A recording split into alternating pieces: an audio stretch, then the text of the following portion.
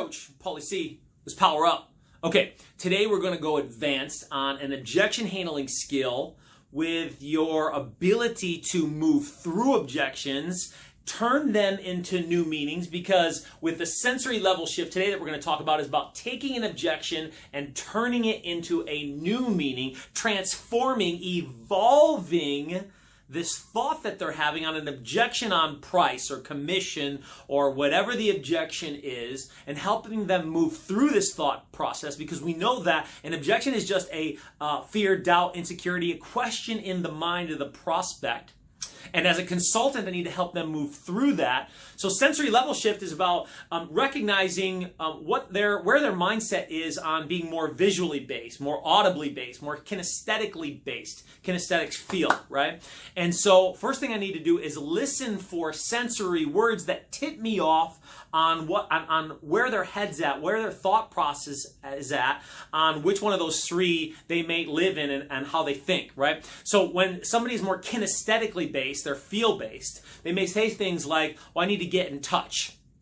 I get it. It feels good. Or I need to feel it out. I can't pick it up. I can't put it down. I can handle it. These are all kinesthetic words. And then when you're responding to them using a sensory bridge, I might say something like, well, I feel like what you're saying is, or I'm getting the feeling, I'm sensing, okay? So I'm taking that objection and I'm using the kinesthetic keywords to be able to start to transform that, and we're going to go through that in a minute on how to use that, and I'm going to give you examples with objections, actual objections, and transform them. Okay, it might be an audibly based person on their thought process being more audibly based, and they say things like, you might listen for hearing them say, well, that rings a bell. It sounds good. Let's discuss it. Okay? And you might respond with, well, what I'm hearing you say, or it sounds like, okay? For somebody who is more visually based, then you might listen for them saying things like, can you see what I'm saying? We need to look at the big picture. Can you imagine? I'm focused on. Okay, those are words that you need to listen for on tipping you off that they may be more visually based. And you might respond with words like, well, what I see is, or it looks to me like, okay? And so these are all first steps for you understanding the sensory level shift and how we can move that forward into transitioning objections. We're going to get to actual objections on moving through sensory level shift. Okay, so the first sensory level shift objection that we get is when somebody says, I already have an agent, right? I already have an agent. And your response to somebody who you recognize that they're audibly based, that they say, I already have an agent, might sound something like this. That's great. You're leaving yourself open to working with a professional. What I hear you saying is that you want to be able to trust the person who handles such a large transaction like this for you. Is that right? And they say, well, yeah, actually, Paul, that's exactly right. Right, great. Well, that's exactly why we need to meet.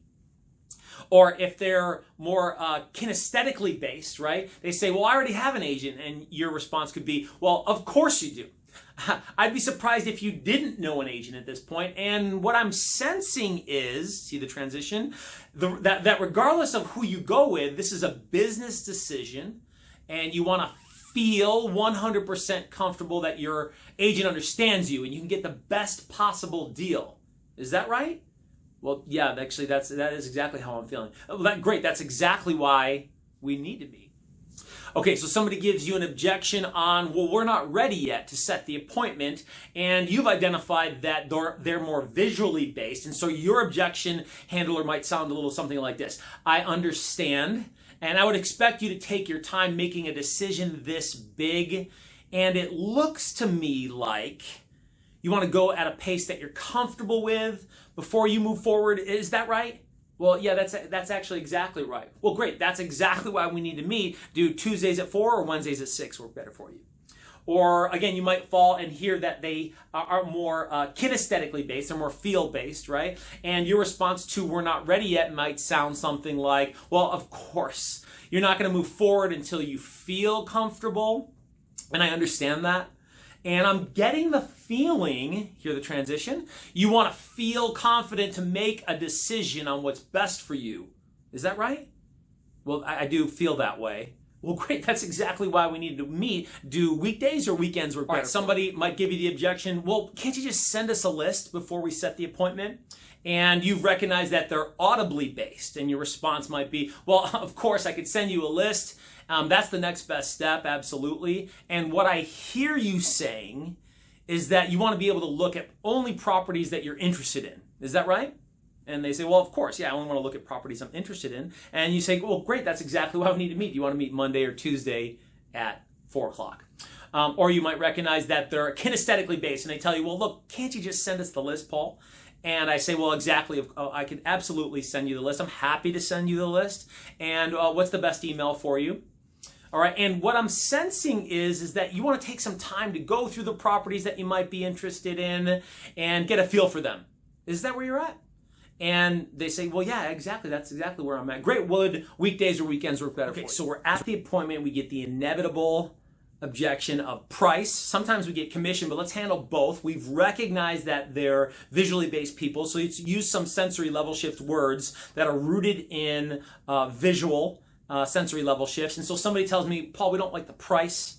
And my response goes something like this. Well, it looks to me, Mr. Seller, that obviously getting the most amount of money possible, that's the vision. Is that right? And they say, well, yeah, of course, Paul. And so, Mr. Seller, then what if starting at a higher price, envision this for a second, right? That starting at a higher price meant the property being on the market a longer period of time, and then buyers starting to think that there's something wrong with the property. Maybe you're not motivated. That's not the vision, right? Well, no, Paul. Well, great. Let's start at a price that'll create a lot of demand up front so we can get the property sold for the most amount of money possible. Let's go ahead and start and move forward right now then. They might give me the objection, well, we're not comfortable with the commission yet, and sticking with visually based people, using a sensory level shift that's rooted in visual. Okay, might sound something like this. Mr. Seller, I see, and I might see it the same way, that protecting your equity is the priority. Is that where we're at right now? Yeah, Paul, that's exactly where we're at. Well, great. Then I understand completely, and I would see it the same way if I was you. So imagine this just for a second. If we reduce the commission, and then ultimately that meant reducing the number of buyers that are coming to see your property, and ultimately decreasing the demand. I mean, that's not what you imagined, right? Starting off with less buyers coming through to see the property? No. Well, great. Well, so then let's use the commission as a tool to drive the best buyer's agents with the most qualified and motivated buyers right out of the gate, so we can sell this property for the most money possible, because reducing the commission ultimately means reducing your visibility and demand to bring people to come see the property. Let's go ahead and move forward with a commission that makes sense. All right, so look, sensory level shifts. You can use them so many different ways. Role play these with your role play partners. Use these to help drive people forward and understand that, look, they're just focused on something, and I need to open up their perspective and help transform that objection to a new meaning with sensory level shifts. Good stuff. Go make some money.